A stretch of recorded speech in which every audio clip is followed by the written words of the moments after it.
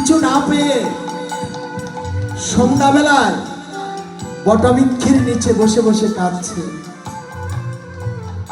বলছে, হে নারায়ণ, তুমি যদি আজ আমায় এই বড় শাস্তি দিবে, তবে আমার প্রাণটা নিয়ে যাও, তার বিনিময়ে কিছু আমায় তুমি একটু আয়োজন করে দাও, যেন আমি অতিথি সেবা করাতে পারি।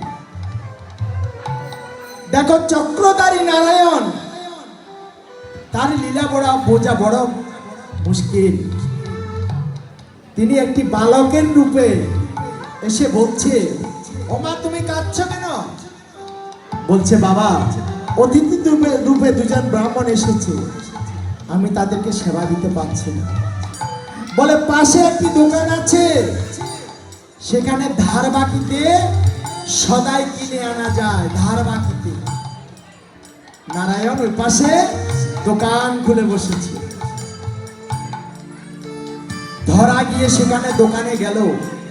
বলছে, দোকানি ভাই, তুমি আমাকে কিছু সদাই দান করো, আমি কাল ভিক্ষা করে তোমার কড়ি আমি তোমায় দিয়ে দেবো। বলছে, না, তা হবে না, তোমার কিছু দাও, সে বিনিময়ে তোমায় আমি পসরা দেব।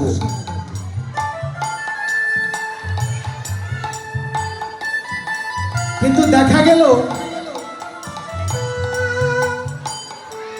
সে ধরার কাছে কিছু নেই।